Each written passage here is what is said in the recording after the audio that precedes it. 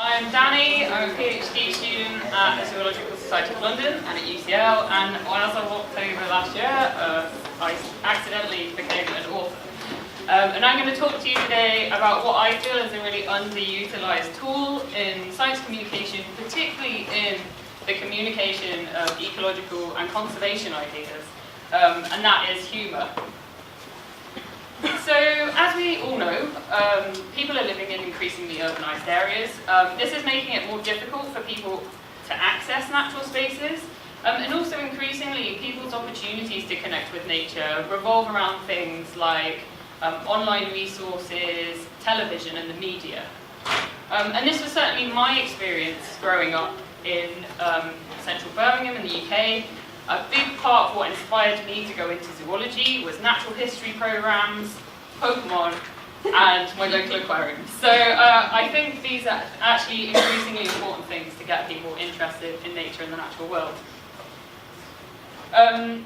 Often in conservation, we're communicating quite negative news. A recent paper showed just 32% of marine news was positive. And basically a lot of the time what we're saying is everything is dying. And I'll be demonstrating this later in my poster, which is about African wild dogs dying. But we also know that negative messaging is not effective for engaging people. In fact, it often puts people off. It makes them feel like everything is hopeless. And this goes for across topics, but it's also been studied in the field of biodiversity. And this paper by Schaffner et al. Found that communication strategies using positive messages were much more effective in getting people to engage, and also it's been found to get people to donate as well, particularly when these things are paired with information and facts, and you can make them informative. So to counter this, EJ at Oxford and a few other people set up conservation optimism. And the idea behind this is to get people optimistic about conservation, share optimistic news stories, and to kind of get rid of that negativity. But I went to the Conservation Optimism Summit, and I scored 3 out of 25 on their conservation optimism scale, and spent the entire time being told there was no place for me in conservation as a pessimist. So I'm here to tell you, for the conservation pessimists in this room, all is not lost. You can take that cynicism and that sorrow and you can turn it into positive messaging using humour. So humour is actually well established in other fields as a tool for communication. In healthcare, where they're dealing with some very traumatic and sad situations, it's been found to increase the coping efficacy of patients, job satisfaction among healthcare workers, and also life satisfaction in elderly people. And it's also well documented in teaching. Teachers who use humour have been observed to get higher student feedback. Students think they're more credible, and it also increases interest and attention in the materials that they're teaching.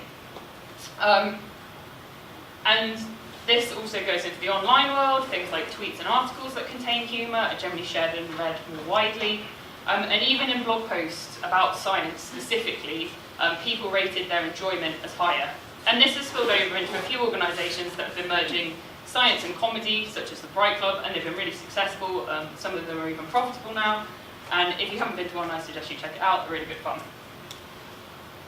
So I'm going to outline a couple of case studies from my experiences.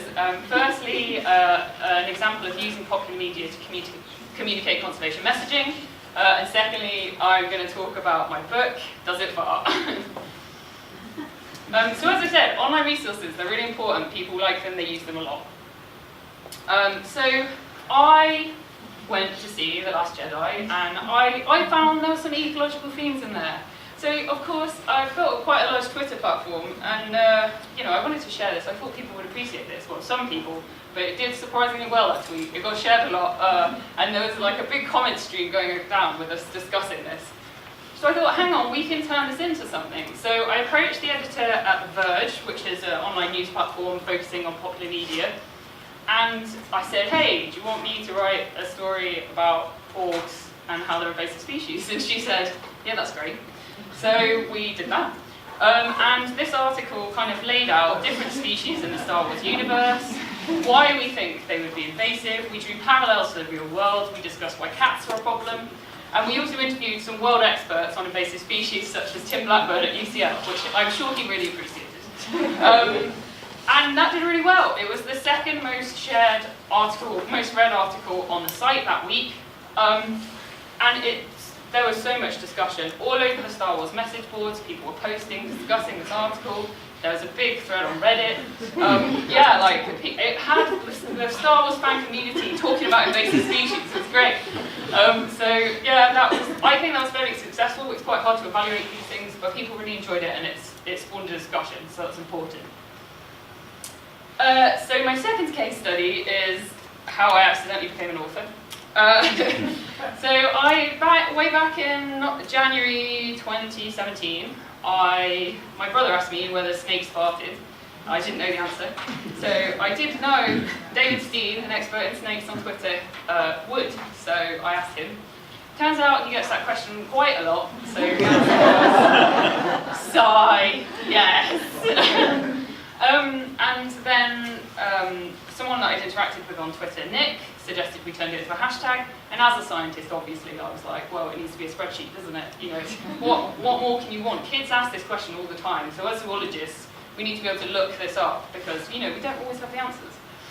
And this got picked up by the teaching community on Twitter, and it was used in classrooms as a teaching resource. But it was also really picked up by the media. And we were in the Washington Post, Popular Science, Gizmodo. I was on kids' podcasts. It resulted in this. This is me projected in front of Parliament talking about farts. So yeah, that happened. That was a thing. So in October last year in the UK and in the US in April, the book came out. This is the UK cover in blue and the US cover. And you know what we kind of tried to do with the book was communicate extra facts about the natural world. You draw people in with the farts and then you hit them with the science. So we've put all sorts of facts about animals.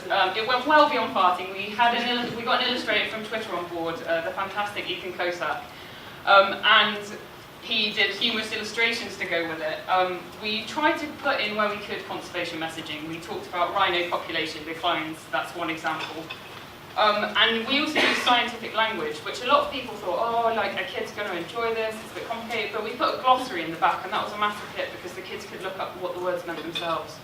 And kids and adults alike have loved it. It's been fantastic. So to date, we've sold over 20,000 copies in the UK and over 30,000 in the US. It's being translated into, I think, 9 languages to date. And as of last month, we became New York Times bestselling authors, which is incredible. Sadly, not everyone was won over. Apparently, it's not nearly as funny as the authors think it is. It's amazing that it took 2 writers to write this part of a book. What a waste of taxpayers' money. Why am I not curing cancer? I mean, I'm a zoologist. It would be quite difficult for me to segue into the whole curing cancer thing, but hey ho. And also, I just would like to assure you no taxpayers' money was spent on producing this. But more importantly than the numbers of sales has been the feedback. It's been absolutely mind-boggling. Like, people have got their kids into reading using this book. You know, people have given it to their dads and they've loved it. People's partners who hated animals read it and loved it. You know, there's been so many people saying, my son won't read, my daughter won't read, but this book, they want to read it every bedtime. Someone even came up to me today at this conference and was like, oh my god, my son loves your book. I love hearing these stories, and I think that's even more important. And I think the feedback we got is, people learn a surprising amount from this book. They buy it and they're like, farts, and then they're like, whoa, now I know so much about animals. So I think we kind of achieved that goal. And even someone said that they learned more from this book than 4 years at college and 3 years at hospital. So that's how much information we put in it.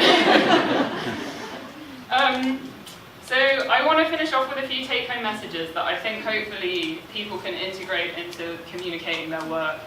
And can use humour to elicit a positive reaction, even if maybe you're talking about something that's quite sad or a bit depressing. So yeah, humour is a really effective way to engage people, and especially people who might not necessarily engage with conservation because they find it a bit depressing. And I think it's a really good way of kind of reaching outside that bubble. Often when we're on social media, or even with popular media articles about science, they don't often go outside people that are already science interested. But what we found with the things that we've done is that's really happened, and we've started a conversation in spaces where normally you just wouldn't have access to people. And I think that's just been a really fantastic thing. So I think just by adding a little bit of humour, it can make things have that much more appeal, that little bit more appeal. And also, I just think there's so much scope for introduction of this in conservation. As I said, it's already established in other areas for coping with negative emotions. It can be really depressing working in conservation. I work on a species that's really, really endangered. We lost almost our entire study system last year. But I think humour is a really good way of coping with that and communicating that in a way that doesn't make people really sad. So I'd like everyone to think about that when they do communicate science.